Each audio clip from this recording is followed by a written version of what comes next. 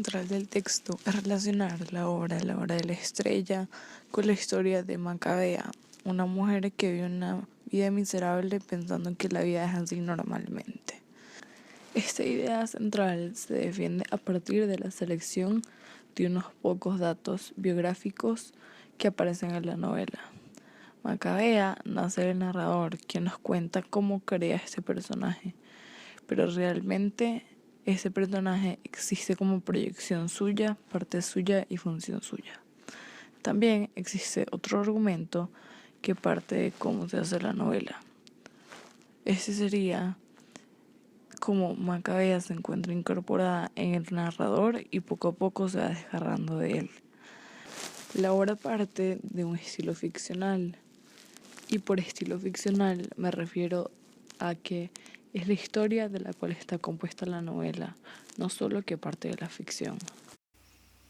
Se pueden identificar ciertos eventos de la vida de la autora representados en la obra. Por ejemplo, cuando ella se mudó a Río de Janeiro, cuando tuvo una vida muy dura en la pobreza y cuando ella fue atropellada justo después de un discurso inspirante. Además, se puede ver el contexto histórico de la obra en las pequeñas acotaciones que el autor agrega.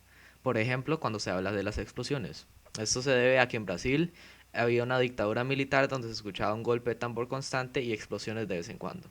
La novela tiene algunos aspectos que la hacen que uno la valore más, por ejemplo, la transición de temas filosóficos a la realidad y el constante tono negativo de los eventos de la protagonista que hace que caiga en un abismo.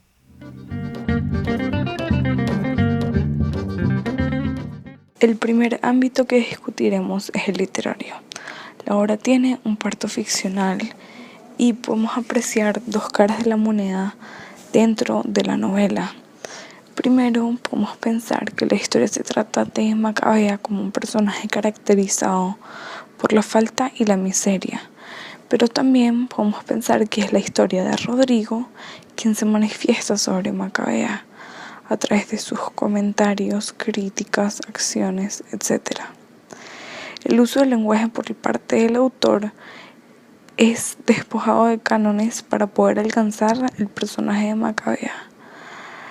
Hace que se pierda la tradición entre el arte y la contemplación a lo bello. Ella rompe con este compromiso que siente que existe.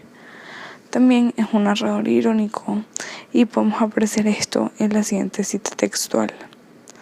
Pero, y yo que estoy contando esta historia que nunca me ocurrió a mí ni a nadie que yo conozca.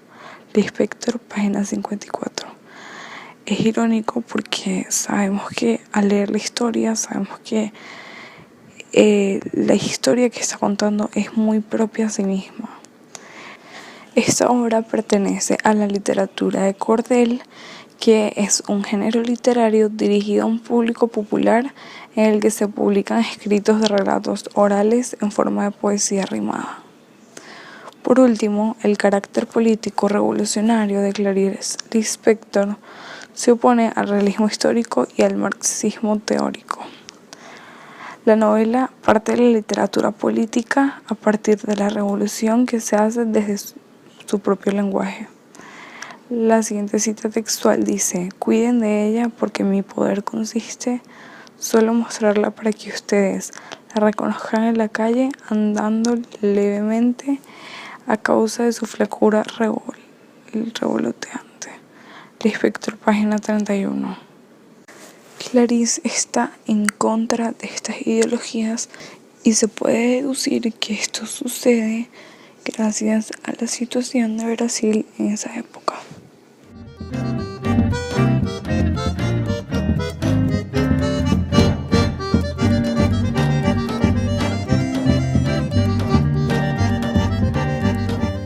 En el ámbito contextual se puede hablar sobre la dictadura militar de Joao Goulart, que también se puede llamar Django.